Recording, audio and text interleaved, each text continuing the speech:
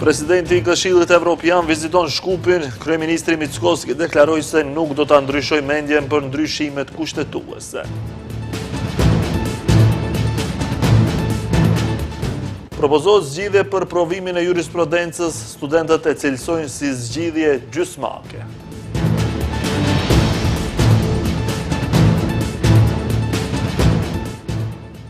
Shtohen dënimet në komunikacion gjatë muajit maj u gjobitën më shumë se 45.000 shoferë.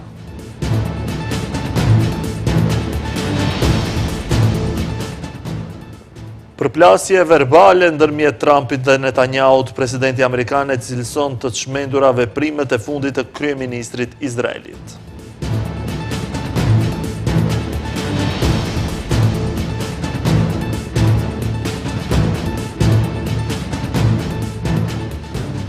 Shëndetje shkues të nderuar, jemi me lajmet në televizionin Shenja. Presidenti i Këshillit Evropian Antonio Costa po viziton Shkupin, ndërsa pas ditën e kësaj të martës do të takohet me kryeministrin e Maqedonisë së Veriut Hristian Mickoskin. Kreu i qeverisë ka folur për këtë çështje dhe ka thënë se ardhja e tij nuk do të ndikojë për të ndryshuar mendimet e tij për ndryshimet kushtetuese. Ai gjithashtu tha se ka përsëritur qëndrimin për të marrë zotimin për politikanët evropian se nuk do të ketë më kushte të reja dhe kushte të tjera pas futjes së bullgarëve në kushtetut. Mosmarrëveshjet me Bullgarinë dhe zgjidhja e ngërçit të procesit eurointegrues pritet të jenë temat kyçe të vizitës së sotme të presidentit të Këshillit Evropian Antonio Costa në Shkup në kuadër të turneut të tij në Ballkanin Perëndimor. Costa do të pritet në takim nga kryeministri Mickoski e më pas do të ketë takim midis delegacionit qeveritar dhe delegacionit të udhëhequr nga Costa. Mickoski, duke komentuar vizitën e zyrtarit evropian, tha se kjo nuk do të ndikojë në ndryshimin e pozicionit të qeverisë, duke theksuar se nuk është fer dhe është jo serioze të ndrohen qendrimet menjëherë vetëm pse vjen një politikan evropian.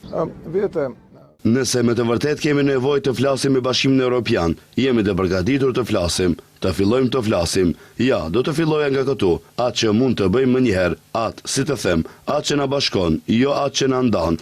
Dhe kjo është e dialogu. Vlerësoj që në një shoqëri demokratike duhet të ketë dialog. Pastaj vlerësoj se duhet i përkushtohemi zbatimit në pjesën e agjendës së reformave, ku jemi kryesuesit e vërtet dhe jo vendet e tjera nga Ballkani Perëndimor. Duke ju referuar ndryshimeve kushtetuese, propozimit francez dhe protokolleve, të cilat, siç tha ai, i kanë para tyre si një trashëgimi nga qeveria e mëparshme, Mickoski tha se tani është e nevojshme të shihet se çfarë ka para qeverisë bullgare dhe çfarë duhet të zbatojë 14 vendime të Gjykatës Evropiane të Drejtave të Njerëzit. Sipas Mickoskit, për të ndërtuar besim, duhet të shohim zbatim nga ajo anë, sepse siç deklaroi ai, besimi krijohet vetëm nëse gjërat shkojnë në një rrugë me 2 drejtime.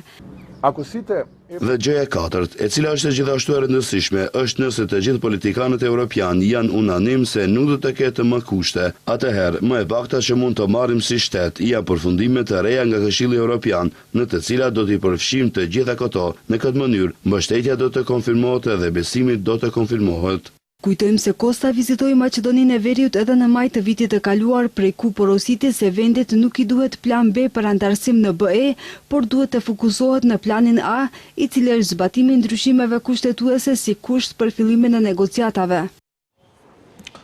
Kryeministri Hristian Mickoski ka thënë se rikonstruimi i qeverisë do të bëhet në gjysmën e 2 të qershorit, ndërkohë pas disa muajve mungesë Arben Fetai edhe zyrtarisht ka dhënë dorëheqje nga posti i tij si zëvendës kryeministri i qeverisë. Edhe pse Fetai ka disa muaj që ka munguar në punë, Mickoski thotë se Fetai ka qenë në punë dhe nuk ka munguar. Zëvendës kryeministri dhe ministri për qeverisje të mirë Arben Fetai, pas disa muajve heshtje dje u bë i gjallë. Ai nëpërmjet një statusi në Facebook njoftoi se ka dorëzuar dorëheqje nga postet e tij. Ndërkaq, një ditë më vonë, këtë çështje ka komentuar numri 1 i qeverisë, Kristian Miskoski, i cili tha se në pjesën e dytë të qershorit do të nisë rikonstruksioni i qeverisë. Megjithatë, Miskoski mohoi zërat se Fetaj nuk ka shkuar në punë me muaj të tërë.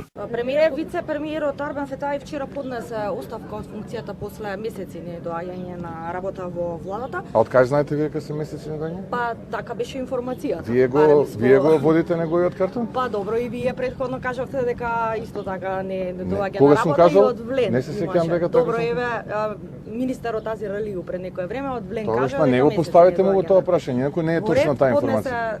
Miskoski tha se aktualisht është i koncentruar në ndryshimet brenda partijake në VMRO-DPMN, ndërsa tha se nuk sheh arsye që ta largojë Znamin nga koalicioni qeverisës, marrë parasysh se deputeti Milet Cekov braktisi partinë dhe shumicën parlamentare. Kujtojmë se Arben Fetaj ka qenë kuadri i koalicionit të atëhershëm Vlen, që përfaqësonte Aleancën për shqiptarët të mbetur në qeveri, por kur Vlen vendosi të shkrihet në një parti, Fetaj nuk u pajtua dhe pastaj vijoi edhe dorëheqja e tij.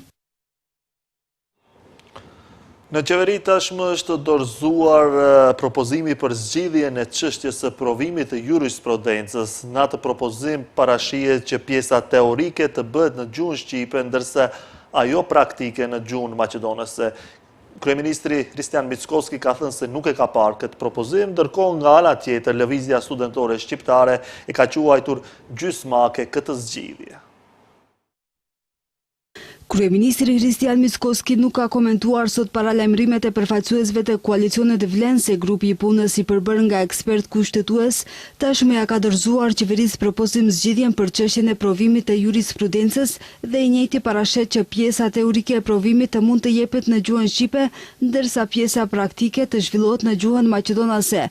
Miskoski tha se ende nuk e ka parë këtë propozim dhe njoftoi se javën tjetër do të ketë mbledhje për këtë çështje. Ende nuk e kam parë propozimin, mendoj se javën tjetër, të hënën është dakorduar takim tek unë në kabinet që të prezantohet propozimi. Ndërkohë Lëvizja Studentore Shqiptare nuk pranon këtë lloj zgjidhjeje të cilën e kanë quajtur një semizgjidhje. Mevlan Ademi nga kjo lëvizje në reagimin e tij në rrjetin social Facebook ka shkruar se çdo tentativë për të ofruar një zgjidhje të pjesshme, një semizgjidhje apo një rrugë anash ligjit për përdorimin e gjuhëve është e papranueshme. Gjuha shqipe nuk është çështje negociate, nuk është favor, nuk është kompromis, është e drejtë kushtetuese dhe ligjore, prandaj nuk ka nevojë për interpretime të reja, verifikime shtesë apo procese që vetëm sa shtyjnë zbatimin e saj që tashmë është e garantuar me ligj. Zgjidhja nuk duhet shpikur, ajo ekziston, zbatoni ligjin, pikë. Studentët shqiptar kërkojnë që provimi i jurisprudencës të jepet edhe në gjuhën shqipe. Përpos iniciativës zyrtare të dorëzuar te organet kompetente, ata kanë mbajtur edhe 2 protesta në Shkup, ndërsa në mbështetje të tyre janë mbajtur protesta edhe në Tiranë dhe Prishtinë.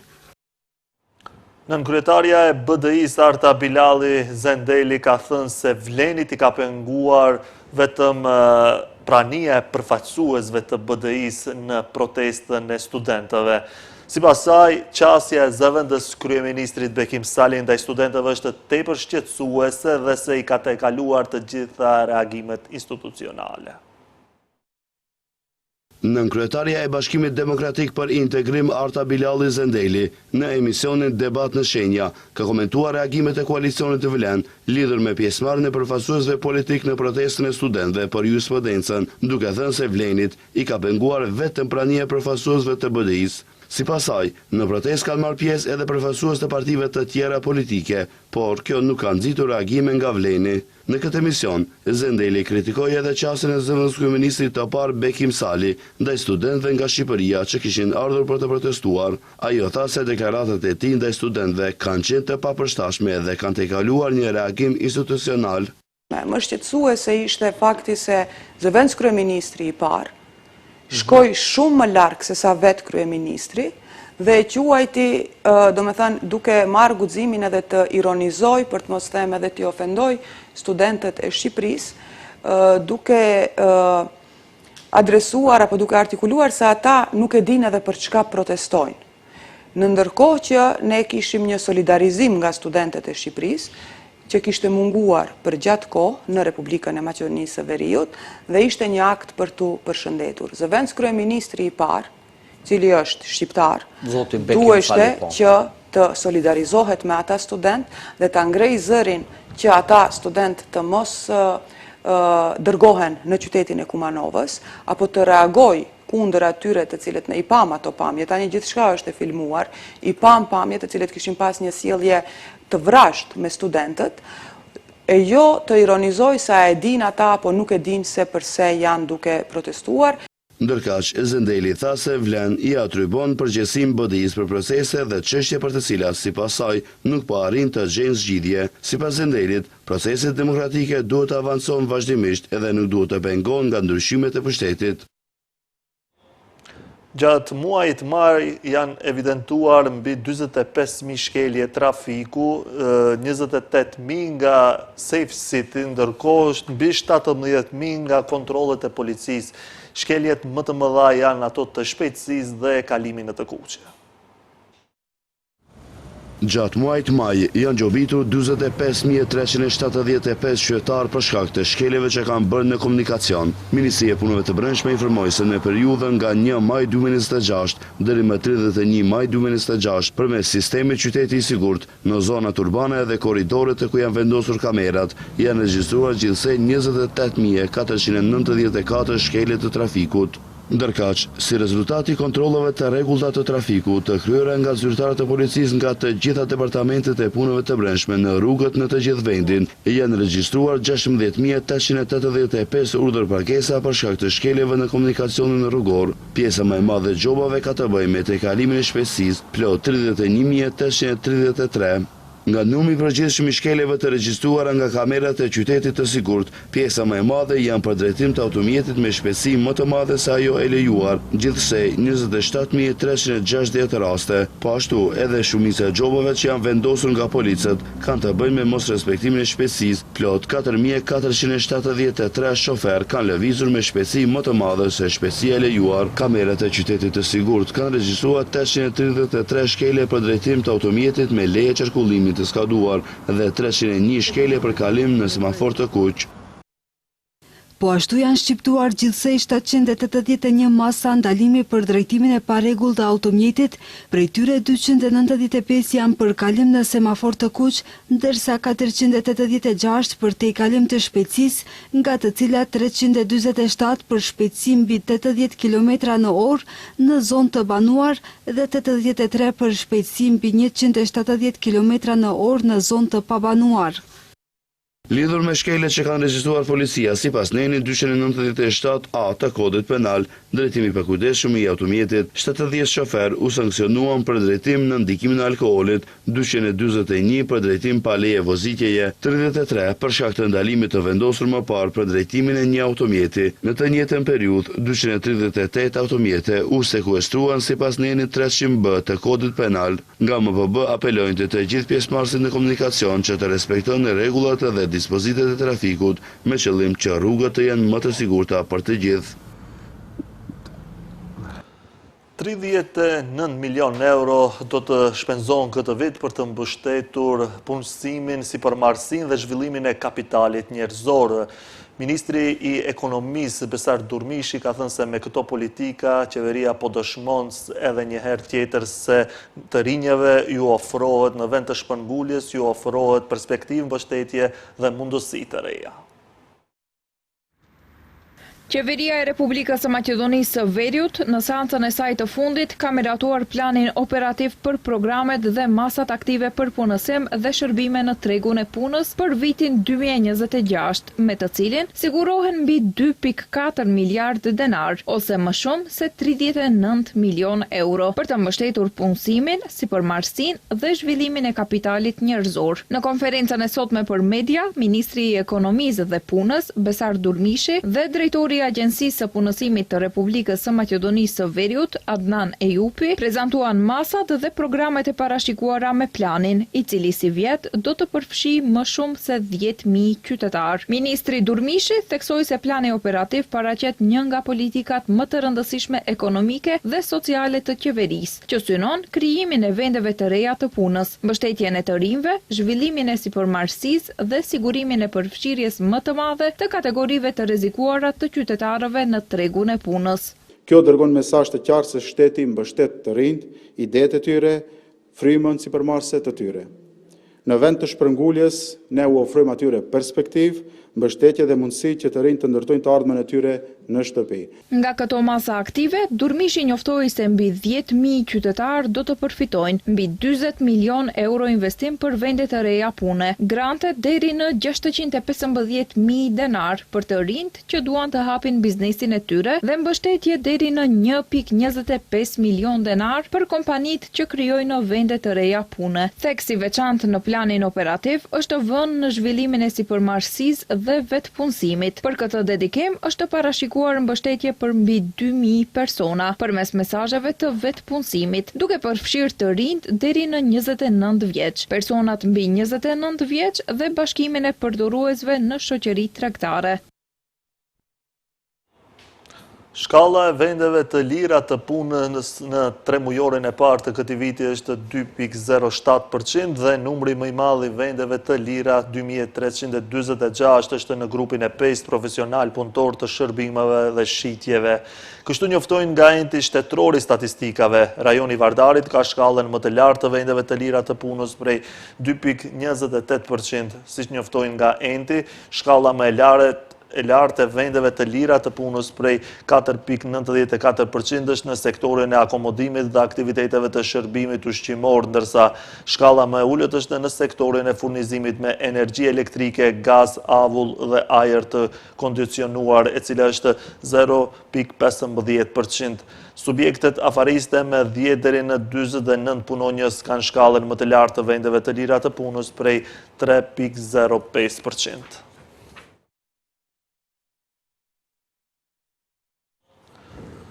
Komuna e Tetovës do të ndajë vaucher në vlerë prej 100 eurosh për çdo fëmijë që regjistrohet në klasën e parë gjatë vitit shkollor 2026-2027 në shkollat e komunës së Tetovës. Kjo masë synon të lehtësoj barën financiare të familjeve në prag të fillimit të vitit të ri shkollor, duke ndihmuar në mbulimin e një pjese të shpenzimeve për pajisje shkollore dhe nevoja të tjera të nxënësve. Përmes kësaj iniciative, Komuna e Tetovës vazhdon të investojë në arsim dhe në krijimin e kushteve më të mira për fëmijët, duke i mbështetur ata që në hapët e parë të rrugtimit të tyre arsimor, thuhet në njoftimin e komunës.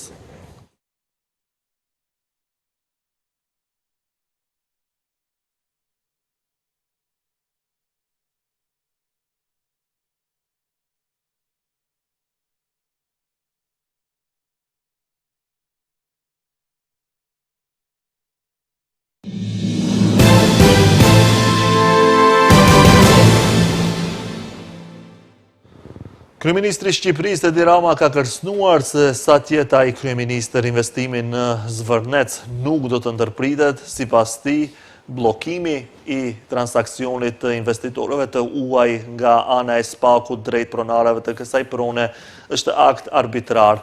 Rama theksoi se teksa hetimet vijojnë për origjinën e pronës, investimi nuk do të ndalet. Kjo e Spakut ka 2 pjesë, pozitive që i takon Spakut dhe atë të shëmtuar që u takon zëdhënësve të vetofruar të Spakut.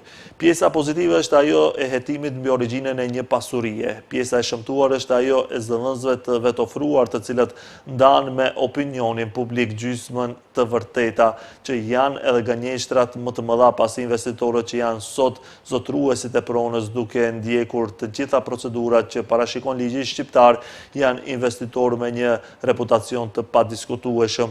Burimet financiare të tyre përmes të cilave është kryer pagesat e zotruesit e pronës, sepse janë verifikuar edhe më imtësisht nga Agjencia e Parandalimit të Pastrimit të Parave. Investitorët janë në të drejtën e tyre, bllokimi i transaksionit nga ana autoriteteve është arbitrar dhe negative, ka thënë Rama.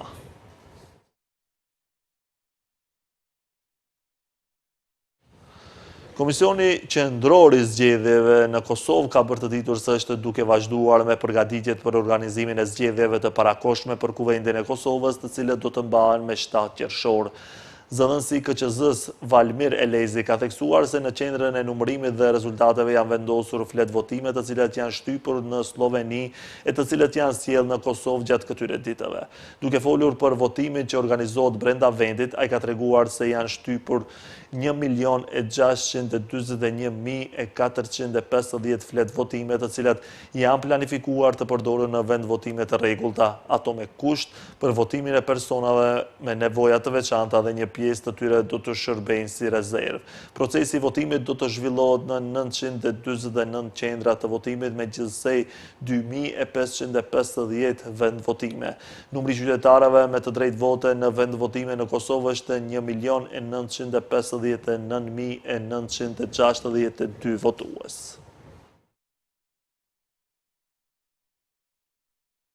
Presidenti SBA-s Donald Trump ka pasur një përplasje të ashpër verbale me kryeministrin izraelit Benjamin Netanyahu gjatë një telefonate të zhvilluar të hënën lidhur me përshkallëzimin e operacioneve ushtarake izraelite në Liban.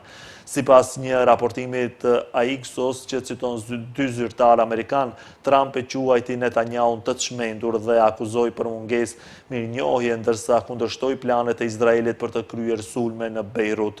Telefonata u zhvillua vetëm pak orë pasi Irani paralajmëroi se veprimet e vazhdueshme ushtarake të Izraelit në Liban mund të çojnë në dështimin e negociatave që po zhvillohen mes Teheranit dhe Washingtonit. Një nga zyrtarët amerikan tha se Trumpi është drejtuar Netanyahut me fjalët "je çmendur plotësisht, do të ishe në burg, po të mos isha unë. Po përpiqem të të shpëtoj, tani të gjithë e urrejnë Izraelin për shkak të kësaj." Një tjetër burim tha se presidenti amerikan ishte jashtëzakonisht i zemëruar dhe në një moment i bërtiti homologut të tij izraelit çfarë drejtçin po bën.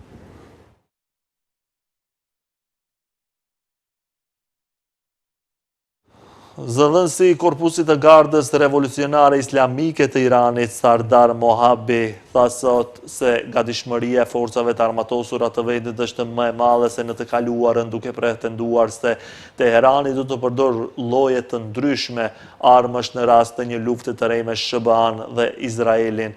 Arsyeja më e mirë për këtë çështje është se pavarësisht përdorimit të kapacitetit të saj të madh në tokë, det dhe ajër, Amerika nuk mundi ta hiqte ngushtisën e Hormuzit nga kontrolli i Iranit as për pak minuta, tha Mohabbi në një deklaratë transmetuar nga agjencia gjysmëzyrtare e lajmeve Tasnim.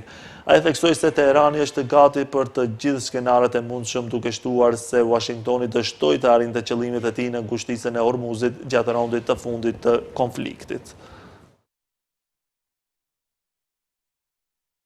Lajmi i tenisit ishte i fundit për këtë edicion informativ. Ju falenderoj për vëmendjen. Bashkë miru pafshim.